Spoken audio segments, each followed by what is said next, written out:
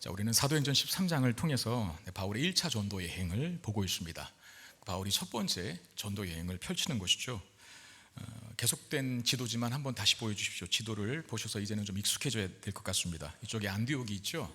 안디옥 교회, 최초 이방인 교회가 세워진 안디옥 교회라고 하는 그 지역, 거기서 이제 바울과 바나바와 마가라고 하는 세 사람을 선교사로 파송을 하는데, 복음 전도 여행을 통해서 제일 먼저, 복음 전도 여행으로 인해서 제일 먼저 간 곳은 구브로라고 하는 그 바다 중간에 있는 그 섬이었습니다.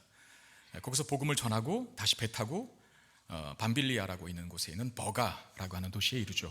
그 버가에서 그 셋 중에 누가 떠납니까? 마가 요한이 그냥 집으로 가잖아요. 구체적이고 정확한 이유는 뭐 때문에 집으로 갔는지는 모르겠지만, 제가 지난 시간에 잠깐 얘기를 드렸죠.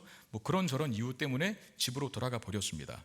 그런 다음에 그 버가에서 쭉 위로 올라가면은 비시디의 안디옥이라고 되어 있는데, 그 비시디의 안디옥으로 갑니다. 바나바와 바울이 비시디의 안디옥, 그 버가에서 비시디의 안디옥까지 우리가 그림으로 보니까 되게 짧게 보이지만 160km라 그랬고, 그리고 저기까지 버가에서 비시디의 안디옥까지 갈 때에는 큰 산맥 하나를 넘어야 된다 그랬죠. 토르수 산맥이라고 하는 해발 2000에서 4000m까지 여러 산들이 있는 소위 험산 줄령을 넘어서 비시디 안디옥으로 가는 겁니다. 자, 비시디 안디옥에 도착했을 때 그들도 이제 예수 믿는 사람이고 하나님 믿는 사람이니까 안식일 때 또 예배드리러 가야 되잖아요. 그래서 비시디 안디옥에 있는 유대인 회당에 들어갑니다. 자, 회당장이 성경을 읽고, 그들은 그렇게 회당에서 예배드린다 그랬어요. 성경을 읽고 그걸 해석해 주는 사람을 회당장이 미리 섭외를 하거나 아니면 즉석에서 지명하기도 하거든요. 성경을 읽었어요. 바울과 바나바가 보니까 처음 보는 사람들이야. 근데 좀 아는 사람들 같아. 랍비처럼 보인 겁니다. 그래서 당신들이 이 구절 해석할 수 있겠습니까? 라고 시켰어요, 회당장이. 그랬더니 바울이 딱 일어났다 그러지 않습니까? 일어나서 딱 앞에 나와서 어떻게 했어요? 손짓했다. 자, 조용하세요. 제 말 잘 들으세요, 이제부터. 그러면서 이제 설교를 시작한 거예요. 자, 오늘 17절부터 읽었잖아요. 41절까지가 바울이 회당에서 설교한 내용입니다. 굉장히 길어요. 소위 복음을 전한 거거든요. 오늘하고 다음 시간까지 이 바울의 설교한 내용에 대해서 살펴보겠는데, 그는 먼저 이스라엘 역사에 대해서 이야기를 합니다. 이스라엘 역사. 자, 17절 말씀에 이 이스라엘 백성의 하나님이 우리 조상들을 택하시고 애굽 땅에서 나그네 된 그 백성을 높여 큰 권능으로 인도하여 내사라고 말합니다. 여러분, 이스라엘은 애굽에서 400년 동안 종살이를 합니다. 애굽, 이집트라고 하는 나라죠. 근데 이집트라고 하는 나라에서 이스라엘 백성들이 400년 동안 종살이를 하게 될 때 거길 제일 먼저 간 사람이 누구예요? 애굽 땅에 요셉이거든요. 요셉. 근데 요셉이 잘 살아보세요라고 하면서 무슨 아메리칸 드림처럼 애굽 땅에 가면 잘 먹고 잘 살 수 있다라고 하는 이민자로 간 겁니까? 아니면 형제들의 음모 때문에 팔려서 노예로 갑니까? 노예로 가거든요. 근데 그 노예에서 시작한 요셉이 어디까지 올라가요? 애굽에서? 국무총리까지, 애굽의 2인자까지 올라갑니다. 이건 정말 이거 기적이죠. 어떻게 노예가 그 나라, 그 거대 제국의 2인자가 됩니까? 근데 거기까지 가거든요. 그런 다음에 이제 요셉이 힘이 있으니까 온 전역에 기근이 임하잖아요. 먹을 것이 없는데, 자기 이제 요셉이 애굽에서 힘이 있으니까 아버지 야곱을 비롯하여 형제들을 불러들이는 거예요. 여기 와서 살라고. 여기 양식 많으니까 내가 책임질 테니까 들어오라고 애굽으로. 그래서 옵니다. 그래서 요셉의 아버지인 야곱과 요셉의 형제들이 애굽으로 이주하게 되는데, 그때 인원이 70명이거든요. 그러니까 그 70명이라고 하는 인원은 요셉이 애굽에서 난 두 아들, 즉 에브라임과 므낫세까지 포함한 인원입니다. 그러니까 요셉의 아버지 야곱이 데려온 사람이 67명이고, 아들들, 형제들 포함해서, 그리고 미리 애굽에 있던 요셉과 그 아들, 두 아들 포함해서 딱 70명인 거예요. 그 70명이 애굽 땅에 400년 동안 살게 되는데, 400년 동안 살면서 70명이 몇 명으로 불어나요? 200만 명으로 불어납니다. 장전만 60만이라 그랬거든요.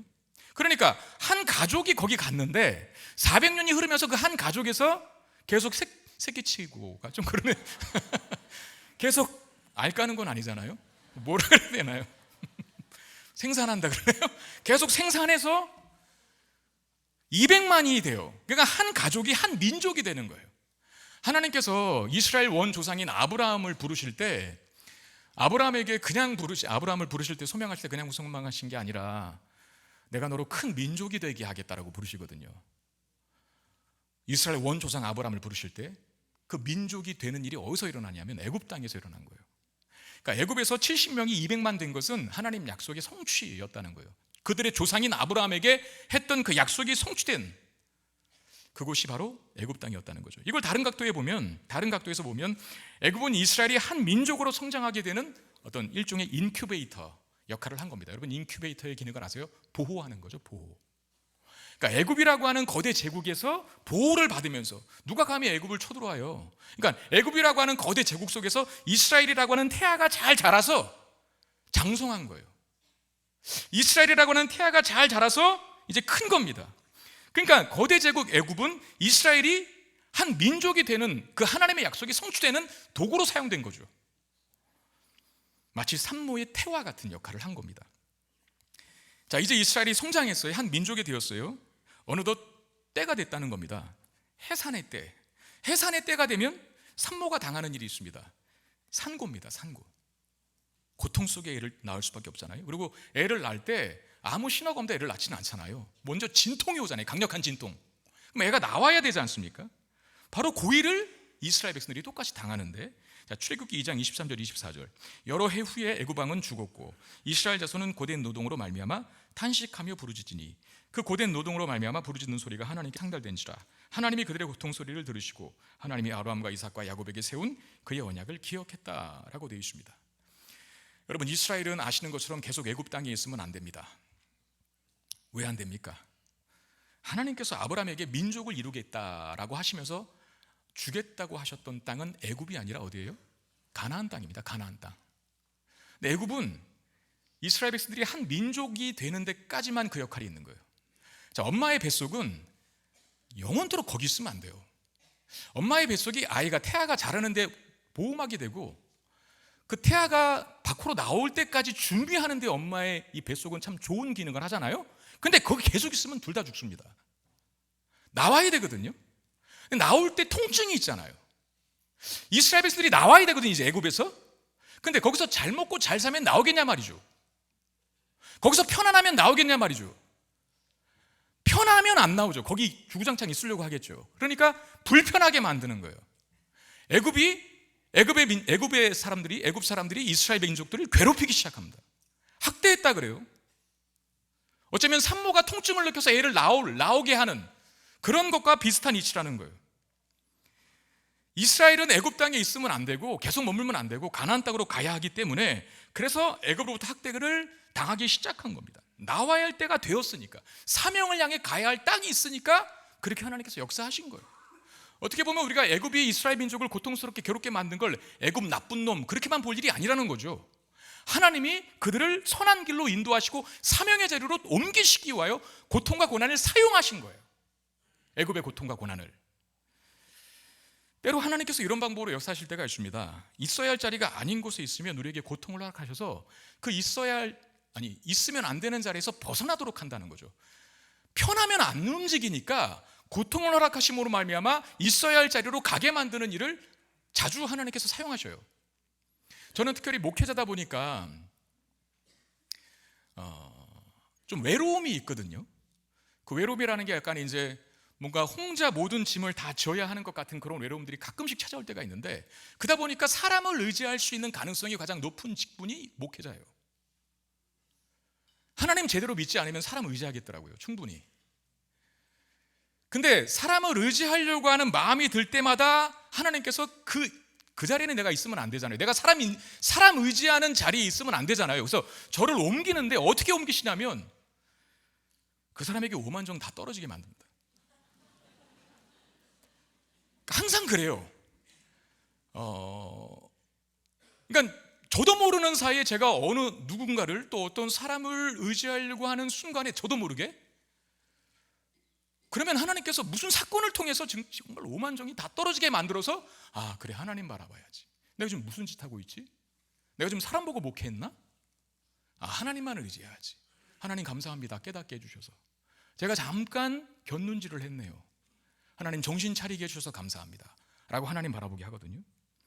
어떤 사람은 돈을 우상으로 섬기는 자리에 자꾸 있으려고 하잖아요. 돈을. 근데 거기 있으면 안 되잖아요.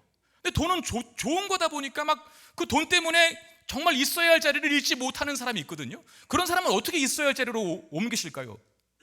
돈 때문에 된통 당하게 만드십니다. 100%예요. 돈을 우상으로 둔 사람은 그리스도인들은, 돈을 우상으로 둔 그리스도인들은 돈 때문에 망하게 하셔서 돈에 아주 질려버리게 만드세요. 그렇게 좋아했던 술, 담배, 그것 때문에 건강을 상하게 만드셔서 그걸 끊어버리고, 영혼만 거룩하면 되는 게 아니구나, 내 육체도 거룩해야지, 하나님의 성전이라 그랬는데 내 육체도 건강하게 지키는 것이 하나님의 뜻이다 라고 하면서 그 자리에서 나오게 만들어요.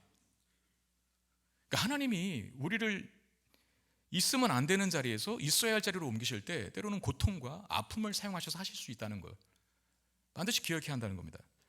제가 교회를 정식으로 다니기 시작한 때는 고등학교 1학년 때입니다. 근데 생각해보면 제가 중학교 2학년 때부터인가 아마 약간 외로움을 탔어요. 그리고 고독함을 느꼈어요. 그리고 채워지지 않는 어떤, 그때는 뭐 영적인 게 뭔지 몰랐잖아요. 근데 뭔가 채워지지 않는 갈증들이 있는 거예요. 제가 사실 고독하고 외로울 환경이 아니거든요. 왜냐하면 저희 집은 6남매입니다. 8식구가 복작복작하는 집안에서 성장했고요. 그리고 제가 막내예요. 얼마나 많은 사랑 받으면서 자랐겠어요. 그리고 동네에 있으면 밤새도록 동네 친구들과 놀았고, 학교 가면 정말 운동장에서 쉬는 시간마다 나가서 뛰어놀고, 그런데도 이상하게 마음 한구석에 외로움이 있는 거예요. 그렇게 주변에 사람 많고 즐겁게 보내는 것 같은데도 불구하고 약간 채워지지 않는 갈증을 그 중학교 그 어린 나이에부터 약간 느꼈어요. 그리고 제가 그때 교회를 전혀 모르고 살았었는데 그때 무슨 생각이 들었냐면 나도 교회 나가야 되나? 그 어린 나이에. 그게 뭐라는 게 뭘까요? 하나님의 저를 부르신 사인이었다는 거죠. 이미 시작된 거죠.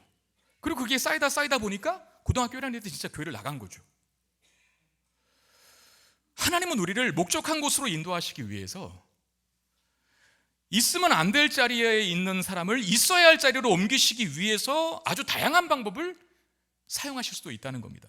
때로는 애굽에 두실 때도 있고, 애굽이 인큐베이터 역할을 할 줄 어떻게 알았어요? 어머니의 산모와 같은 역할을 할 줄 어떻게 알았어요? 근데 애굽은 본인들이 있어야 할 자리는 아니잖아요.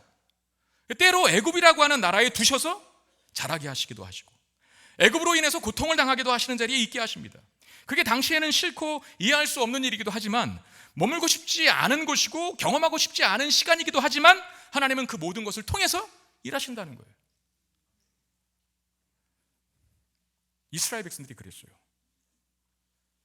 애굽에 내려갔습니다. 가뭄과 기근 때문에 먹고 살려고 내려갔는데 하나님이 그걸 사용하셔서 한 민족으로 번성케 만드셨어요. 민족으로 번성케 됐으면 이제 잘 먹고 잘 살면 되는 줄 알았는데 고통스럽게 만드셔서 애굽이 학대하게 만듦으로 말미암아 있어야 할 때리 가나안 땅으로 가게, 애굽을 나오게 만드셨어요. 그렇게 애굽을 나온 이스라엘 백성들은 어떻게 될까요? 자, 18절에 바울이 뭐라고 합니까? 광야에서 약 40년간 그들의 소행을 참으셨다 라고 말합니다. 여러분, 이스라엘 목적지는 광야가 아닙니다. 애굽을 나온 이스라엘 백성들이 광야를 거쳐 가나안 땅으로 가는 게 맞는 거죠. 광야를 거쳐 가나안 땅으로 가야 되거든요. 가나안 땅이 목적지입니다. 자, 애굽에서 가나안 땅까지는 제대로 가면 10하루면 갑니다. 11일밖에 걸리지 않는 거리예요. 거리상으로 제대로 가면. 그런데 이스라엘 백성들이 가나안 땅으로 직행하지 못하고 광야에서 40년 동안 머물러요. 왜 그랬을까요? 광야는 다른 게 아니라 이들에게 훈련의 장소였습니다. 훈련. 자, 광야에서 무슨 훈련을 받았습니까? 자, 신명기 8장 15절 16절. 너를 인도하여 그 광대하고 위험한 광야, 곧 불뱀과 전갈이 가득하고 물이 없는 건조한 땅을 지나게 하셨으며, 또 너를 위하여 단단한 반석에서 물을 내셨으며, 내 조상들도 알지 못하던 만나를 광야에서 내게 먹이셨나니 이는 다 너를 낮추시며 너를 시험하사 마침내 내게 복을 주려 하심이었느니라. 여기에 부정과 긍정이 다 섞여 있거든요. 광야는 어떤 곳입니까? 부정적인 면으로 아주 광대한 사막만 가득한 땅이겠죠. 인간이 살 수 없는 땅이겠죠. 그리고 심지어는 불뱀과 전갈도 가득하대요. 여러분, 불뱀과 전갈에 물리면 죽습니다. 이스라엘 백성들이 광야에서 불순종하다가 불뱀에게 물리는 사건이 있잖아요. 어쩌면 그게 당연한 거죠. 불뱀에게 물리는 게 당연한 거예요. 그렇게 많은 불뱀이 있는데 어떻게 안 물리는 게 기적이죠. 어쩌면 안 물렸던 거, 그동안 안 물렸던 거는 하나님께서 지켜주셔서 안 물린 거예요. 원래 정상적인 물려 죽어야 돼요, 다. 그렇게 전갈과 불뱀이 많은 땅에 있었거든요. 그리고 물도 없대요. 물 없이 어떻게 삽니까, 사람이? 먹을 것도 없대요. 자, 먹을 것도 없고 마실 것도 없고 불뱀과 전갈이 가득하고 모래밖에 없는 땅. 그 땅이 광야거든요. 근데 반전은 뭡니까? 긍정적인 요소. 40년을 살았대요. 불뱀과 전갈에 물리지 않았으며, 물이 없을 때는 반석을 치면 반석에서 물이 나왔고, 먹을 것이 없어서 하늘에서 만나를 내려주셨대요. 고기 먹고 싶다고 했더니 메추라기가 안 날아가네. 잡아서 먹었죠. 이게 말하는 게 뭡니까? 심지어 신명기 29장 5절에서는요, 옷이 40년 동안 낡지 않았고 신발이 40년 동안 헤어지지 않았다라고 말하거든요. 자, 그러면 아까 애굽을 나와서 가나안 땅에 가려면 10하루길이면 충분한데 왜 40년 동안 거기 있었는가? 훈련시킨다 그랬잖아요. 그럼 뭘 훈련시키는 겁니까? 이런 거겠죠. 하나님의 인도하심을 따라 살면, 하나님 말씀에 따라 순종하는 삶을 살면 광야에서도 안 죽는구나. 광야에서도 단 4일도 살기 힘든 그곳에서 무려 40년을 살 수 있구나. 이걸 배우게 되는 훈련, 그걸 알게 되는 훈련, 그 진리를 믿게 되는 훈련을 광야 40년 인생 속에서 받은 거예요. 광야가 의미 없는 땅입니까? 허송세월한 시간입니까? 아니라는 거죠. 우리 인생에도 광야가 있습니다. 왜 광야가 필요합니까? 이스라엘 백성들과 똑같죠. 훈련시키기 위해서. 고통에는 뜻이 있다라고 하는 제목의 책을 쓴 옥하는 목사님 계십니다. 고통에는 뜻이 있다라고 하는 책을 이 옥하는 목사님 쓰신 건데, 제가 이 책을 읽다가 참 은혜가 많이 받았어요. 여러분 굉장히 읽기 쉬운 책이니까 한번 읽어보세요. 특별히 고난 속에 있는 분들이 읽었으면 좋겠어요. 여기에 이제 한 이야기가 있는데, 곤충학자인 찰스 코우만이라고 하는 여사가 있습니다. 여성인 것 같은데 이 사람이 경험한 체험담에 대한 이야기가 기록되어 있거든요.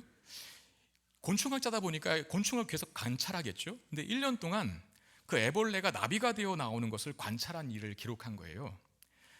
번데기가 이제 되어서 거기서 이제 나와서 나비로 생활하지 않습니까? 근데 번데기에서 그 딱딱한 껍질에서 나비가 기어 나오는 구멍이, 그 번데기 구멍이 너무 작은 겁니다. 여러분 그런 거 한번 보셨을 거예요. 그게 되게 힘들 것 같거든요. 만약에 여러분들이 곤충의 입장이라고 한다면 참 힘들게 그 번데기 껍질을 비집고 나오거든요. 죽을 똥 살똥 하면서. 그걸 이 코우만 여사도 본 거예요. 그래서 너무 구멍이 작다, 몸집은 큰데 너무 구멍이 작은 번데기 껍질에서 나오려다 하는 걸 너무 안타까워서 얼른 가위를 갖고 와서 조금 더 구멍을 크게 만들어줬어요. 그랬더니 나비가 마치 고맙다는 듯이 퉁퉁 부른 몸집을 기우뚱거리면서 쉽게 번데기 껍질을 빠져나온 겁니다. 공충학자가 큰 손심이나 쓴 것처럼 만족감에 젖어서 이제 나비는 오색 찬란한 날개를 펴고 날 일만 남았다라고 생각을 했는데, 근데 얼마 안 가서 본인이 치명적인 짓을, 그 나비의 인생 속에 나비의 신세를 망치는 짓을 했다는 걸 깨닫게 되었어요. 왜냐하면 큰 구멍으로 쉽게 빠져나온 나비가 오색 찬란한 날개를 필 줄 알았는데 그 날개를 못 펴고 질질 끌고 방구석을 기어다니는 온전치 못한 나비로 전락했다는 거예요. 그래서 거기에 이런 말이 있습니다. 작은 구멍을 빠져나오는 긴 시간의 몸부림, 작은 구멍을 빠져나오는 긴 시간의 몸부림, 이것은 나비가 꽃을 찾아 이 산 저 산으로 날아다닐 행복한 나비로 만드는데 없어서는 안 될 과정이었다. 그 없어서는 안 될 과정을 그 여사가 생략해버린 거예요. 즉 고난을, 번데기 껍질을 깨고 나와서 막 몸부림치며 나와야 하는 그 과정이 있어야, 그 힘든 과정이 있어야 오색 찬란한 날개를 펴고 이 산 저 산 다니면서 찬란한 몸짓을 뽐낼 수 있었던 나비의 생애를 망쳐놓은 거예요. 고난을 생략해 줌으로. 여러분 우리는 자주 그런 생각을 합니다. 하나님 믿는데, 내가 예배 잘 드리는데, 헌금도 꼬박꼬박 잘하고, 그리고 남들하고는 비교도 안 될 정도로 봉사와 섬기도 잘하는데 왜 내 인생은 자꾸 이렇게 꼬이지? 뭐 이렇게 자꾸 안 좋은 일들이 나타나지? 남들은 다 해 웃으면서 잘 살고 있는 것 같은데 왜 하나님 나만 이렇게 자꾸 괴롭히시지? 이유가 뭔가? 내가 뭘 잘못했나? 그런 의구심이 들 때가 있잖아요. 여러분, 여러분들이 뭘 잘못했거나 미워해서 그렇게 하신 것이 아닙니다.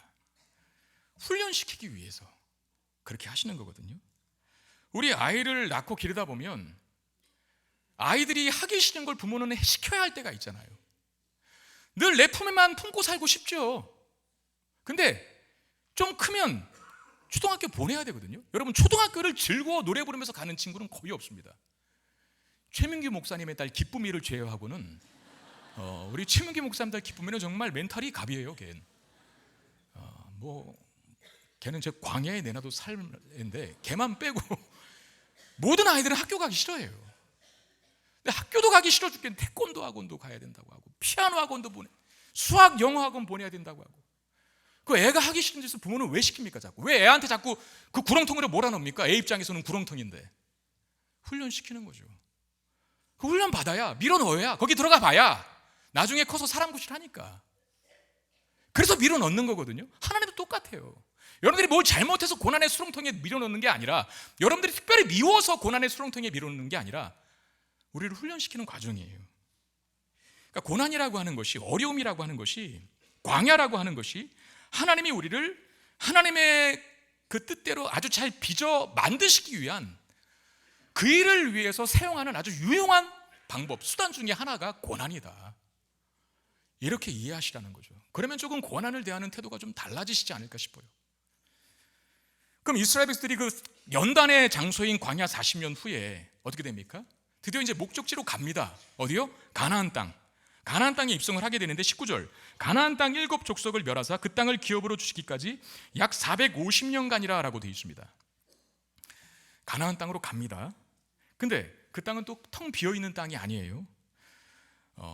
광야 40년 힘들게 살았으면 이제 가나안 땅은 마음껏 가서 놀 수 있는 오아시스였으면 참 좋겠는데, 근데 이스라엘이 들어오기만 해봐라 바로 전쟁이다. 이러고 그냥 전투태세를, 온갖 전투태세를 다 하고 있는, 소위 싸움 잘하는 호전적인 민족 7부족이 살고 있던 땅이 가나안 땅이에요. 그리고 이스라엘 백성들보다 훨씬 더 위대하고 무서운 장비들, 우리 식으로 말하면 핵폭탄도 있고 전투기도 있고 F-35도 있고 그런 거예요. 어떻게 이깁니까? 근데 차지하거든요, 들어가서. 이스라엘 백성들이. 왜? 훈련 받았으니까. 어디서? 광야에서.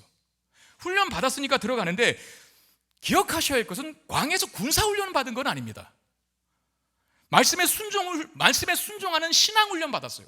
여기서 한 가지 우리가 짚고 넘어갈 거예요. 여러분들의 인생의 어떤 장애물, 어려움, 문제 극복하지 못하는 건 여러분들의 능력이 없어서가 아니라 믿음이 없어서인 거예요. 믿음이 없어서.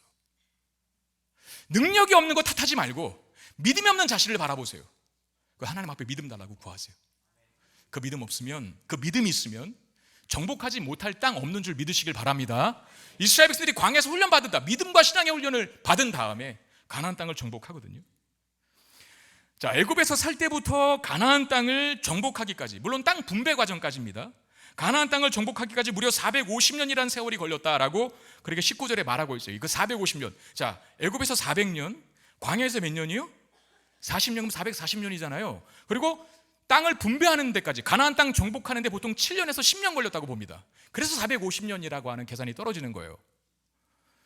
그리고 가나안 땅에서 이스라엘 백성들이 정착해서 살아가는 거, 그 이스라엘 백성들이 가나안 땅에 들어가서 이제 정착해서 살아가는 시기를 그린 시대가 사사시대입니다.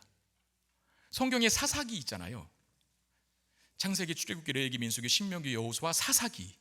여호수아가 가나안 땅을 정복하는 책이라고 한다면, 사사기는 정복한 가나안 땅에서 정착해서 사는 이스라엘 백성들의 모습을 그리고 있죠. 온니엘도 나오고, 에훗도 나오고, 드보라도 나오고, 기드온도 나오고, 입다, 삼손, 이런 사사들, 그런 사사들이 이스라엘 백성들을 인도했던 그 시대가 사사시대인데, 그 시대가 350년 정도의 기간이에요. 사사시대가. 그런 후에 왕정시대가 돌입합니다. 여러분, 이스라엘은 처음부터 왕이 세워진 게 아니었습니다. 하나님이 왕이시고 지역마다, 지파들마다 사사들이 세워져서 곳곳에서 그 사사들이 재판도 하고 지도도 하고, 뭐 전쟁이 나면 전투에도 참여하는 인도자가 되고, 이런 역할을 했던 거거든요. 사사는 한 명이 아닙니다. 여러 명이 있어요, 각 지역마다. 근데 이스라엘 백성들이 살다 보니까, 다른 나라를 보니까 왕이 세워져서 그 왕의 아주 강력한 카리스마로 치리하니까 나라가 부강해지는 것을 보게 된 겁니다. 그래서 사무엘에게 그런 부탁을 하죠. 우리도 왕 세워달라고. 우리도 열방들처럼, 저 제국들처럼 좀 잘 살고 싶으니 왕을 좀 세워달라고. 사무엘은 강력하게 반대하지 않습니까? 그 불신앙이라고. 하나님이 왕이시지 않냐? 왜 또 다른 인간 왕이 필요하냐? 근데 하나님이 눈물을 머금으면서 사무엘에게 허락해요. 세워주라. 널 배반하는 게 아니라 날 배반하는 거니 그냥 세워주라. 그리고 왕정시대에 이스라엘이 돌입하거든요. 자, 21절 22절. 그 후에 그들이 왕을 구하거늘 하나님이 베냐민 지파 사람 기스의 아들 사울을 40년간 주셨다가 패하시고 다윗을 왕으로 세우시고 증언하여 이르시되 내가 이새의 아들 다윗을 만나니 내 마음에 맞는 사람이라 내 뜻을 다 이루리라 하시더니 그랬어요. 자, 보세요. 이스라엘의 그럼 초대 왕, 첫 번째 왕은 누굽니까? 여기 나와 있잖아요. 사울입니다. 사울이 무려 40년간을 왕으로 통치를 합니다. 그런 다음 사울을 뒤이어서 두 번째 왕으로 세워진 사람이 그 유명한 다윗이에요. 다윗. 하나님은 다윗을 향해서 뭐라 그랬다고요? 그는 내 마음에 합한 자라. 내가 그를 통해서 내 모든 뜻을 다 이루겠다 라고 말씀해 주세요. 자, 바울이 요 내용으로 회당에서 이스라엘 백성들에게, 유대인들에게 설교했어요. 여기까지 이스라엘 역사를 이야기한 거예요. 그 이스라엘 역사를 말한 이유가 뭘까? 지금 유대인들이거든요. 물론 회당에는 이방인들도 있죠. 하나님을 경외하는 이방인들. 근데 그들은 소수고 대부분이 유대인들이라 이스라엘이 자신의 나라가 어떤 역사를 가지고 있는지 다 알아요. 근데 왜 또 이야기를 했을까? 바울이 그 이스라엘 역사 속에 담긴 하나님의 놀라운 손길, 그 섭리, 그 은혜, 요걸 말하기 위함 아니었을까요? 그러면 여기까지 다윗 시대까지 계속 강조하는 건 뭔가요? 바울의 메시지 속에 역사와 시간의 흐름이라는 거예요. 역사와 시간의 흐름. 저와 여러분들이 본 지금 17절부터 몇 절입니까? 23절까지가 이스라엘 역사 속에 있는 역사의 시간, 역사와 시간의 흐름을 이야기하는 거거든요. 그러면서 말하고자 하는 메시지 뭡니까? 하나님은 시간 속에서 일하신다. 그냥 흘러가는 시간이 아니다.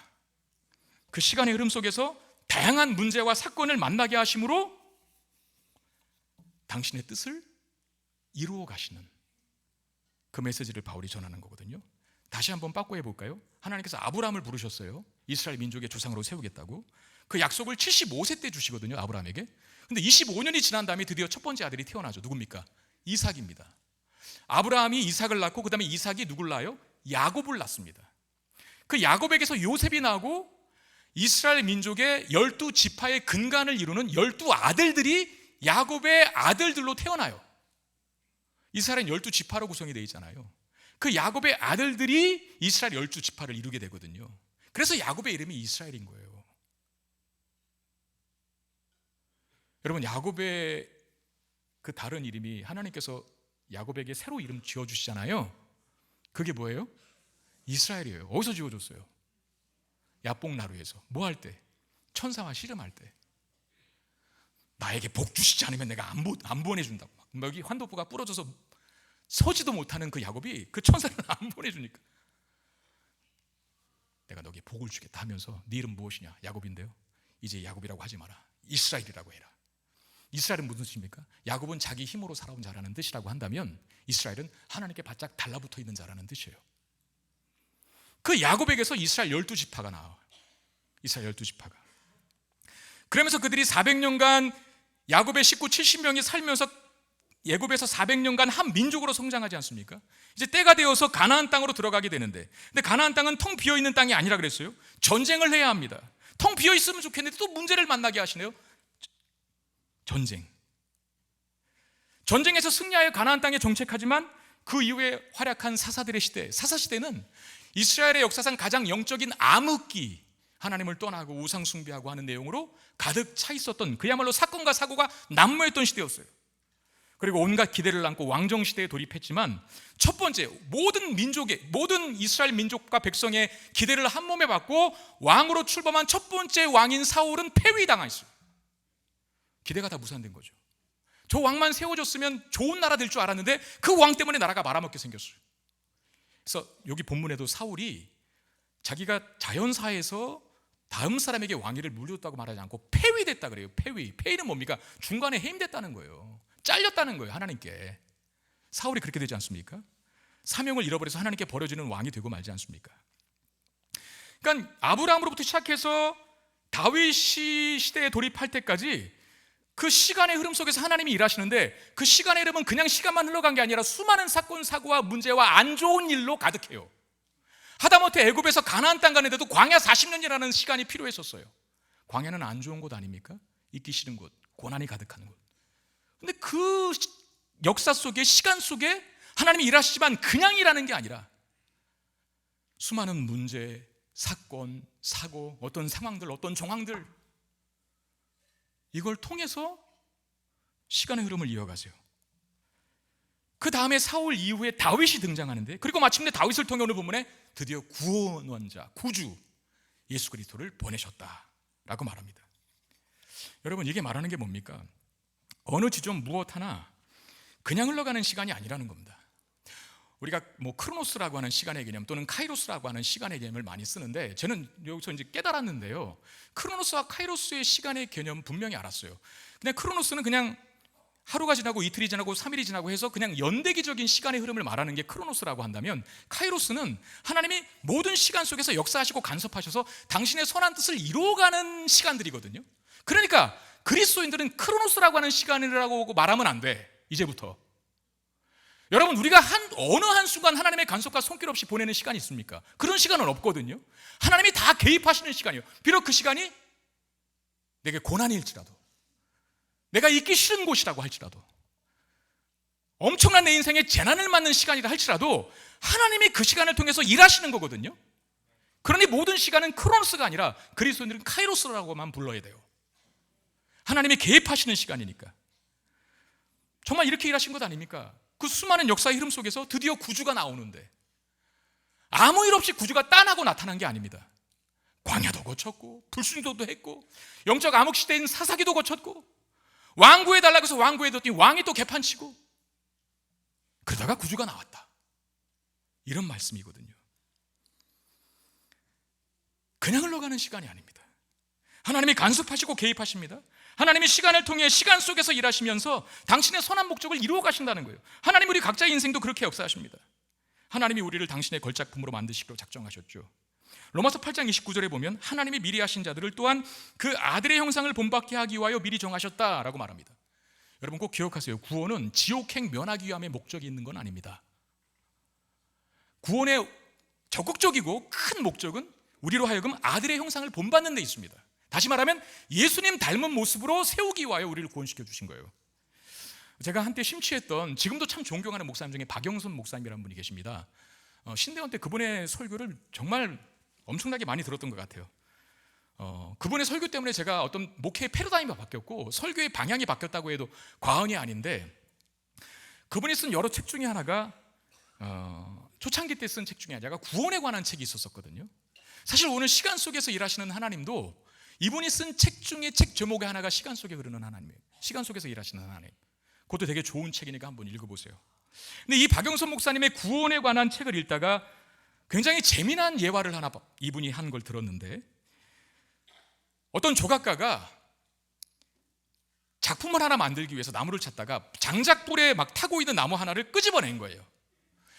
장작불에 타고 있는 나무 하나를 끄집어냈을 때는 단지 이 나무가 불타지 않기를 바라는 마음으로 끄집어낸 건 아니겠죠. 뭐예요? 조각가는 그 불탔던 장작을 끄집어내서 좋은 목각 인형, 좋은 작품을 하나 만들기 위해서 그걸 끄집어낸 거거든요. 그러니까 우리의 구원의 1차적인 목적이 지옥행 면하기 위해서만은 아니라는 거예요. 그것도 구원받은 사람의 특별한 은혜이긴 하지만 그게 전 목적은 아니라는 거죠. 뭘 하려고 끄집어낸 겁니까? 조각가가 깎고 자르고 다듬고 문질러서 작품 만들려고. 우리를 왜 구원하셨을까요? 우리를 왜 불타는 지옥의 불구덩이 속에서 건져내셨을까요? 단지 고통 면하게 하려고. 그게 아니라 예수님 닮은 아들의 형상을 본받게 하기 위하여 미리 정하셨다 그랬잖아요. 예수님 닮은 하나님의 사람으로 만들어 가기 위해서 우리를 부르신 거예요. 구원받게 하신 거예요. 근데 그렇게 되는 시간, 그렇게 되는 데는 시간이 필요합니다. 하나님의 모습, 예수 그리스도의 형상을 담기 위해서는 시간이 필요한데, 근데 물론 시간이 흐른다고 해서 저절로 훌륭해지고 저절로 예수님 닮아가는 건 아닙니다. 그 시간 속에서 발생하는 많은 상황들이 있거든요. 어떤 상황? 잘리는 상황, 깎이는 상황, 밀리는 상황, 갈리는 상황. 아파요, 고통스러워요. 나무 입장을 한번 생각해 보세요. 숯덩어리는 잘라야 된다, 잘랐어요. 그리고 조각가가 그 나무를 좋은 인형 만들려면 밀고 또 조각하고 다듬고 깎고 하는 작업이 필요하거든요. 우리를 예수님 닮은 하나님의 사람으로 빚어가시고 만드시는데 고난이 없다고요? 뻥입니다. 깎여야죠. 다듬어줘야죠. 모난 부분 갈아야죠. 깎고 다듬고 모난 부분이 갈리는, 우리에게 그래서 너무나 고통스러운 시간들이지만, 근데 그 모든 시간들이 궁극적으로 지향하는 목표는 동일하죠. 우리를 훌륭하게 만드는 겁니다. 다시 말하면 예수님 닮은 사람 되게 하는 겁니다. 자, 로마서 8장 28절 말씀입니다. 우리 한번 같이 읽어보겠습니다. 시작. 우리가 알거니와 하나님을 사랑하는 자, 곧 그의 뜻대로 부르심을 입은 자들에게는 모든 것이 합력하여 선을 이루느니라. 아멘. 하나님의 형상을 닮아가는, 예수를 닮아가는 사람 되기 위하여 우리를 구원해 주셨는데, 그 예수를 닮아가는 사람이 되는 과정 속에 시간의 흐름이 필요하고, 그러나 그냥 시간이 흘러간다고 해서 되는 게 아니라 모든 것을 합력하는 일, 다시 말하면 고난의 시간, 연단의 시간, 고통의 시간, 괴로움의 시간까지 다 합쳐서 그걸 다 사용하셔서 궁극적으로 하나님의 선하신, 우리를 향한 하나님의 선하신 뜻을 이룬다, 이 말씀입니다. 말씀을 준비하다가 그 생각이 잠깐 났어요. 요새는 먹방 유튜버들이 많잖아요. 특별히 가장 구독자 수가 많은 사람이 쯔양이라고 하는 사람이라고 알고 있는데, 정말 엄청나게 들어가더라고요. 어떻게 그 뱃속에 그게 많은 양이 다 들어가는지는 모르겠는데 아무튼 건강하대요. 몸무게도 40몇 킬로예요. 참 하나님은 불공평하시죠. 그런 부분에 있어서는 그렇게 마음껏 먹어도 살이 안 찌니, 운동을 하면 살이 찐다네. 예. 그런 친구가 있어요. 근데 여러분, 사실 이 친구가 시대를 잘 타고 난 거죠.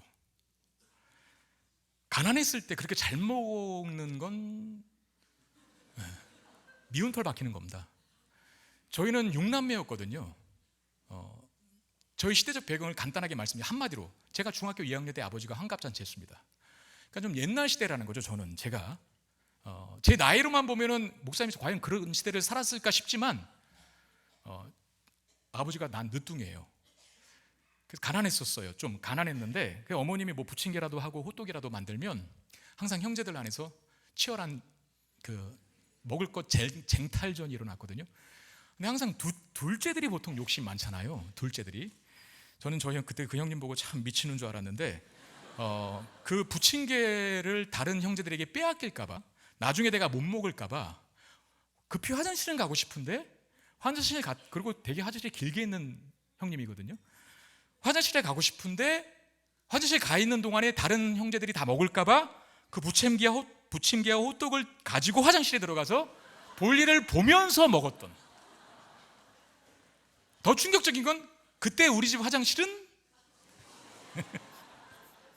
구자로 시작되는 세 글자의 벌레들이 우글우글 바글바글 됐었던.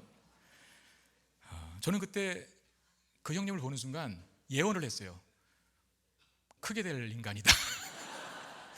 크게 될 인간이야. 야, 그런 거거든요. 먹을 거 많이 먹으면 안 좋았던 시대, 어디 가서도 환영받지 못하는 시대, 쫓겨날 각인 시대. 근데 지금 이 시대는 잘 먹어서 인기가 있고요, 심지어 돈까지 벌어요. 먹는 거 하나로.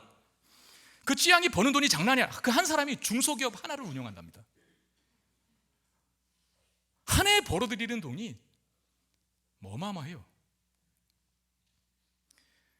저는 여기서 그렇구나, 하나님은 때로 화가 복이 되기도 하시고, 정말 쓸모없고 필요없고 난 왜 이런 단점을 가졌을까, 왜 난 이런 잘 먹는, 많이 먹어도 배가 안 부르는 사람으로 태어나서 이렇게 많은 사람들에게 미운 털 박히게 할까, 이럴 수 있는 환경인데 오히려 하나님은 잘 먹어서 돈도 벌게 만들 수 있는 거구나.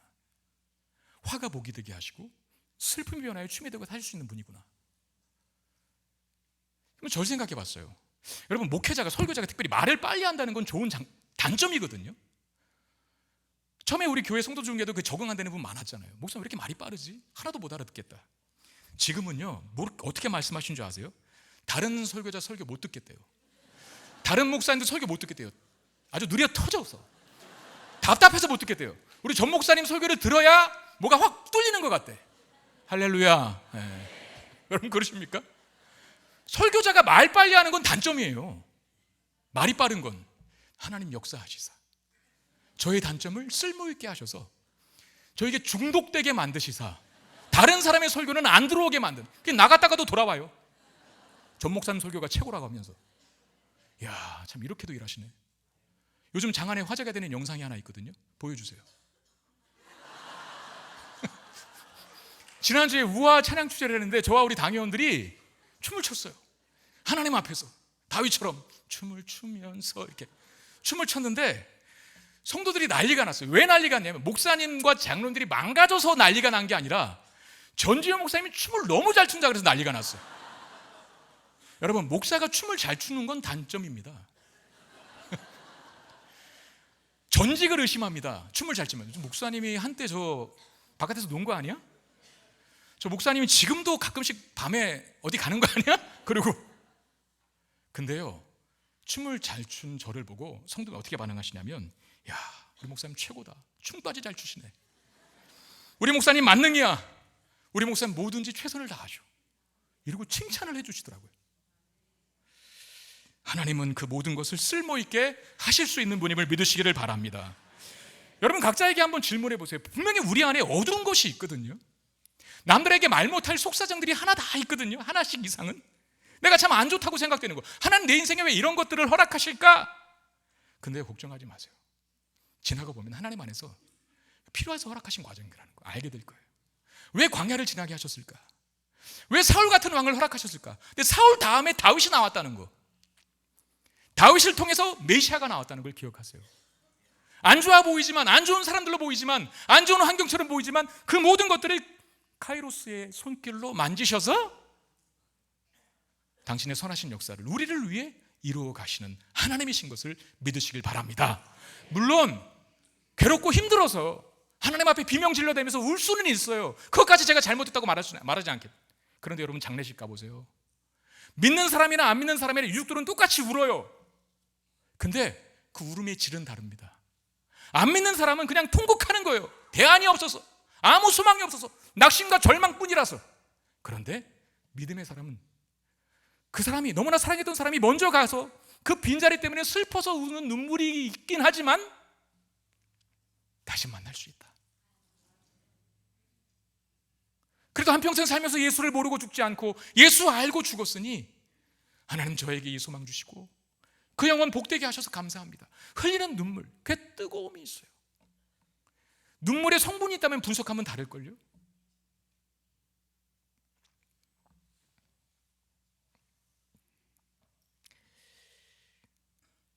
하나님이 우리를 예수 그리스도의 형상 담게 하기 위해 구원하셨고 그 일을 이루시는 일에 모든 일을 사용하셔서 반드시 선을 이루신다라고 하는 말씀을 붙잡고 살아가시는 저와 여러분 되시기를 주의 이름으로 축원드립니다. 말씀 기억하며 찬양합시다. 나는 오늘도 가네.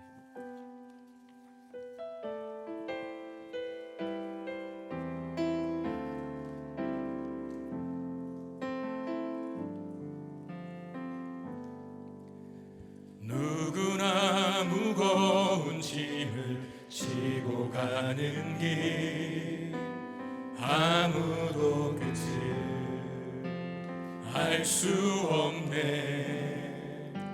사랑의 노래는 점점 희미해지고 내일의 두려움 넘치지만 나는 오늘도 사랑의 주님, 사랑의 주님이 나를 지으신 그 길, 나의 힘으로 갈 수 없네. 믿음의 길 위에 주가 예비하시니 십자가 사랑 의지하여 나는 오늘도 가네. 주의 영광 노래하리. 더 이상 난 버틸 힘이 없어도 모든 상황 끝에서 다시 설 때 알게 돼.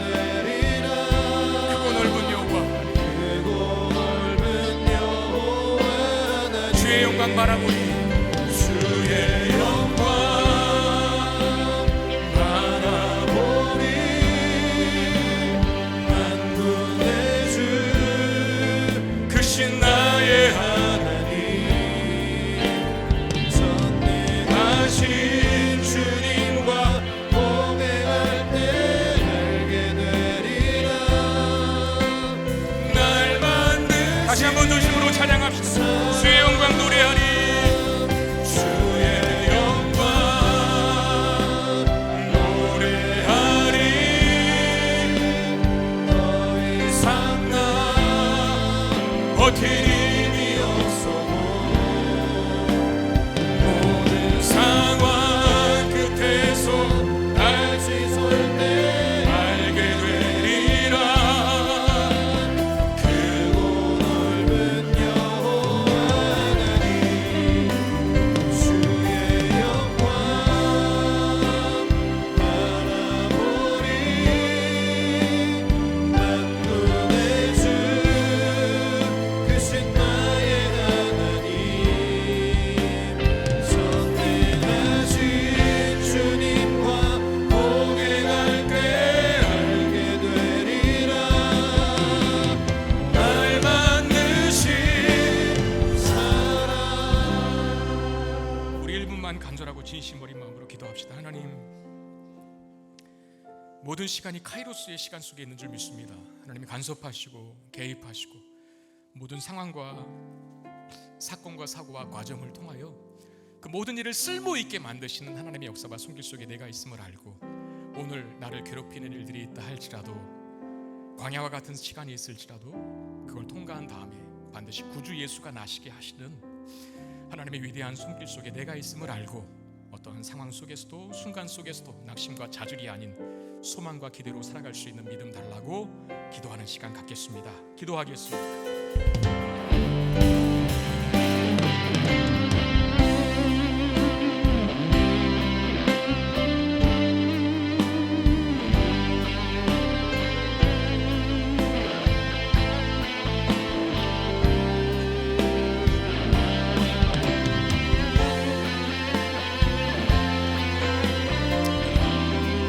하나님, 그 믿음 허락하여 주시옵소서. 하나님 바라보는 믿음 허락하여 주시옵소서. 모든 상황에서 사용하셔서 위대하고 놀라운 일을 만들어 가시고 하나님 볼 수 있는 믿음 허락하여 주시옵소서. 영원히 열리게 하소서. 일하시는 주님을 경험할 수 있는 주, 하나님께 감사할 수 있는 것 되게 주시옵소서. 절망과 낙심 속에 빠지지 않고 그 상황과 순간 속에서 기대와 소망 갖고 나아가는 우리가 되시고 은혜 되게 주시옵소서.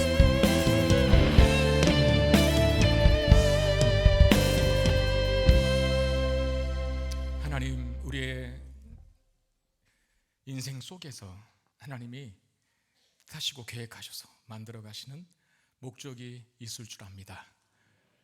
당신의 아들 예수 그리스도 닮게 하기 위하여 우리의 시간 속에 많은 일들을 허락하시며 그 일을 통해서 깎고 다듬으시고 연단하시고 또 갈게 하시고 그래서 작품을 만들어내시는 하나님의 손길 속에 우리가 있다는 것을 기억하여 때로 오늘 좀 눈물 흘릴 만한 일이 있고 코 빠지는 일이 있고 괴롭고 힘든 일이 있을지라도 그래서 울지만 비명도 지를 수 있겠지만 그러나 소망과 기대를 가지고 주님 바라볼 수 있는 우리 되게 하여 주시옵소서. 그 시간 다 통과하면 왜 나에게 그런 사건을 허락하셨는지, 왜 나에게 이 일을 주셨는지, 이렇게 사용하셨구나 라고 하나님을 찬양하고 간증할 날 오게 될 줄 믿습니다. 그 믿음을 오늘 작용케 하셔서 오늘 웃으며 살아갈 수 있는, 오늘 미소 지으며 살아갈 수 있는 우리 모두가 되게 해 주시옵소서. 귀한 힘을 받으시고 주의 나라 영광 위에 사용되게 하시며 우리 사랑하는 성도들 그 삶의 모든 필요한 것들을 우리 하나님 풍성하게 채워 주시옵소서. 우리 주 예수 그리스도 이름으로 간절히 축복하며 기도하옵나이다. 아멘.